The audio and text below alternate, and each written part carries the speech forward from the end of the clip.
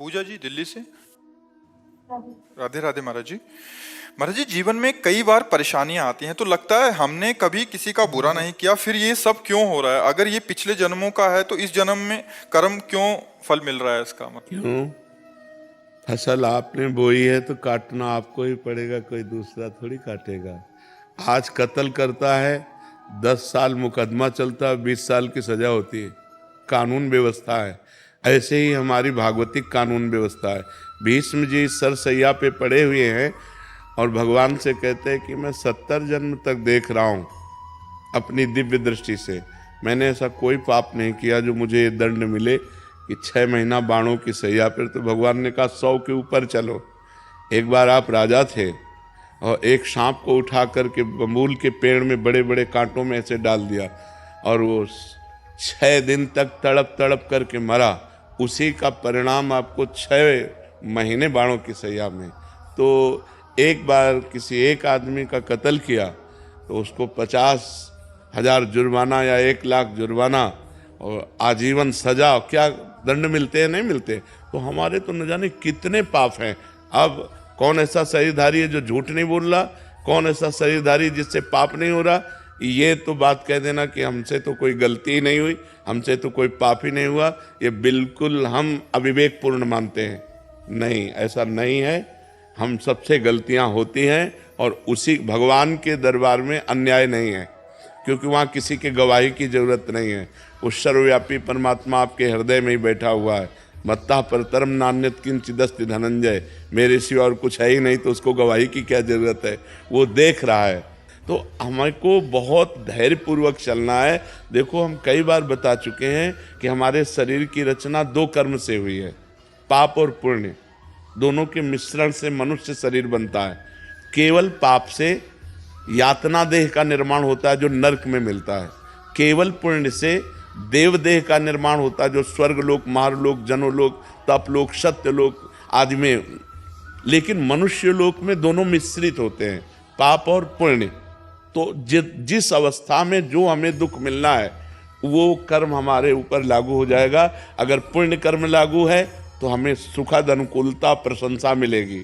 अगर पाप कर्म लागू है तो दुख, प्रतिकूलता, निंदा मिलेगी। वो हमारी वैसी बुद्धि हो जाएगी, जैसी हो भवतव्यता तैसी बने सहाय, आप ना आवे ताहि पे ताहि तहाँ ले जाए। अचानक आपसे ऐसी क्रिया बन जाएगी कि आपकी निंदा होगी, आपकी अवहेलना होगी। अचानक आपसे ऐसी क्रिया बन गई, दांव लग गया कि आपकी प्रशंसा होगी, आपकी जय जय हो जाएगी। वो पूर्व कर्मों का विधान चल रहा है। तो फिर मनुष्य जन्म में महानता क्या है? अब नवीन हमसे पाप ना होने पावे। अब नवीन कर्म हम ऐसे ऐसे समझ समझ के करें कि हमारी आगे की जो जन्म हो या आगे जो हमें मिले वो बहुत अच्छा ही हो। पाप कर्म नहीं होने चाहिए। अब हमसे गलती नहीं होनी चाहिए। अब लो नशानी अब ना सही हो। तो ये पक्की बात समझ लीजिए कि अपने कर्म को ही भोगना पड़ रहा है। इसमें बिल्कुल संशय न कीजिए कि मैंने तो पाप नहीं किया। किसने प्रश्न किया था? ईमानदारी से देखो सखी, वृंदावन में बैठी हो, ईमानदारी से जब से तुम्हें याद है तब से अब तक देखो, केवल इसी जन्म में क्या आपसे पाप नहीं हुई? क्या आपसे गलती नहीं हुई? आप विचार करके देखिए, हमसे पूर्व जन्म में कितनी गलतियां हो गई हैं। इतनी गलतियां हो गई कि भगवान ने कृपा करके मुझे मनुष्य शरीर दिया है। मेरे कर्म से मनुष्य शरीर नहीं मिला। कबहू का करी करुणा नर देहि, देत ईश बिन हेतु सनेहि। अब भी भगवान की कृपा देखो कि आप साधु समागम में बैठी हो, आप वृंदावन आई हो, संत समाज में बैठी हो। अब मोहि भाव भरोस हनुमंता, बिनु हरि कृपा मिले नहीं संता। तो भगवान तो आपको दुलार ही कर रहे हैं, भगवान तो आपको कृपा ही कर रहे हैं। पर अब हमने गलती की है तो वो भोग तो हमें भोगने पड़ेगा। महाराज जी, इस जन्म का कब भोगना पड़ेगा? अगला। जब अभी जो वर्तमान में गलतियां। अगला। और ऐसा भी हो सकता है कि इसी जन्म में भी उसका दंड मिल जाए। भयानक अपराध, भयानक अपराध। जैसे आप संत द्रोह कर दो, संत निंदा कर दो, किसी संत को मार पीट दो, फिर आपको भयंकर आपको कष्ट। साधु अवज्ञा तुरंत भवानी, भक्तन निंदा अति बुरी भूल करे, जिनको के सुकृत बहुजन्म के छिन्न दाय को। तुरंत अकाल मृत्यु का विधान बन जाएगा, तुरंत अकाल मृत्यु का विधान बन जाएगा, तुरंत भयंकर कष्ट देने वाला योग लग जाएगा। और ये भागवतिक विधान है, भागवतिक विधान है। 2 मिनट में किसी को मार दिया, इसके बाद आजीवन कारागार, और उसको ऊपर से बोले 1,00,000 रुपया जुर्माना। तो ये जो हम भोगने आते हैं मृत्यु लोक में, जुर्माना भोगने आते हैं, मूल सजा तो नरक में मिलती है, ये जुर्माना यहाँ होता है, उसको भोगना होता है। तो जो हमें भोगने को मिला उसे मिल, आगे हम कोई पाप कर्म नहीं करेंगे, आगे हम अच्छा भजन करेंगे तो हमें अच्छा मिलेगा। जी लोग कहते हैं नरक तो किसने देखा है? अब कह दो कि किसने देखा, जब चोरी करोगे और जब तुम्हारे डंडा चलेंगे और जब जेल जाओगे तो अपने आप जान जाओगे कि जेल किसे कहते हैं। बोले किसने देखा है जेल? तो तस्मात् शास्त्रम प्रमाणम ते कार्याकार्यो व्यवस्थित हो, शास्त्र जो कह रहे हैं वो सत्य है, वो असत्य नहीं है। अब हम बहुत छोटे हैं, कूप मंडूक हैं, जैसे कुआं का मेढक है ना, एक समुद्र का मेढक गया तो कुआं के मेढक ने कहा कहां से आए? बोले समुद्र से। बोले तुम्हारा समुद्र कितना बड़ा है? इधर से इधर उछला कुआं का मेढक। बोले इतना बड़ा है? बोले नहीं। बोले इतना बड़ा है? बोले नहीं। बोले जिंदगी भर तू उछलता रहे तो भी तू समुद्र की था नहीं पा सकता। अनंत ब्रह्मांडों के रचयिता भगवान ने रचा है, स्वर्ग नरक पाप पुण्य उसका फल दोनों रचे और आपको छूट दे दी है, आप पाप कमा लो या पुण्य कमा लो। तो मनमानी आचरण करने में कोई तो मानता नहीं, और जब परिणाम आता है तब भगवान को कोसता है। तो ये विधान भगवान का बनाया हुआ आपके कर्म के अनुसार है, आपने जो कर्म किया उसके अनुसार विधान बनाया हुआ है। को न काहू के सुख दुख कर दाता, निज कृत कर्म भोग सुन भ्राता। इसीलिए जो धर्मात्मा पुरुष होते हैं, शास्त्र को जानने वाले होते हैं, एक भी कदम गलत नहीं रखते। भाई मैं नहीं पाप कर्म नहीं करूंगा, तो मुझे मार डालो पाप कर्म नहीं करूंगा, चाहे जितना कष्ट दो मैं अधर्म नहीं करूं, क्योंकि जानते हैं कि अधर्म जो है ब्याज के ऊपर ब्याज लग करके ऐसा फलीभूत होगा कि हमारे पुरखा पानी पा जाएंगे भोगते भोगते।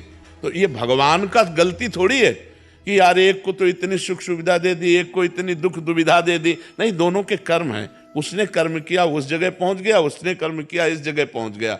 एक बार राजसूय यज्ञ में एक चीटा एक दाना लेकर के चावल का, और एक टांग टूटी हुई थी, 3 टांगों से बड़ी मेहनत से चल रहा था। अर्जुन जी ने देखा, भगवान से कहा सर्वलोक महेश्वर श्री कृष्ण, क्या इस पर कभी कृपा नहीं होगी? ये बेचारा चीटा एक चावल के दाने को बड़ी मेहनत से ले जा रहा है। तो भगवान ने कहा तुम्हें पता नहीं, मुझे पता है, ये 14 बार इंद्र बन चुका है। राजसूय यज्ञ का वो चीटा जो एक दाना चावल बड़ी मेहनत से ले जा रहा था, वो 14 बार इंद्र बन चुका है। महाराज नहुष इंद्र के पद में थे, और व्यभिचार प्रवृत्ति से इंद्राणी के साथ भाव गलत किया तो तुरंत जो है अजगर की योनि में आ गए। कर्म तुरंत देखो ना, बड़े बड़े अधिकारी को सस्पेंड कर दिया जाता है। आप अपने कर्म जहां उत्तम किए तो आप चढ़ते चले जाएंगे। बुद्धिमान वही है जो सुख दुख को भोग कर भजन करते हुए नया पाप न करे और अपने जन्म को भगवान में समर्पित कर दे। यहां का यश कितने मिनट का? जब तक तुम्हारा शरीर छूटा कौन पूछता है यार? तुम चाहे जिस पद में हो और चाहे जितने बड़े यशस्वी हो, तुम्हारे मरने के बाद यहाँ जब भगवान का नाम नहीं ले रहे लोग, तो तुम्हारा नाम कहाँ से लेंगे? और तुम्हारे साथ जाएगा क्या? यहाँ का बैंक बैलेंस, यहाँ की वाह, यहाँ की तुम्हारी पत्नी पुत्र परिवार। अरे जब देह नहीं जाएगा तो तुम्हारे साथ कुछ नहीं जाएगा। दुनिया में लाखों का मेला जुड़ा, हंसा जब जब उड़ा तो अकेला उड़ा।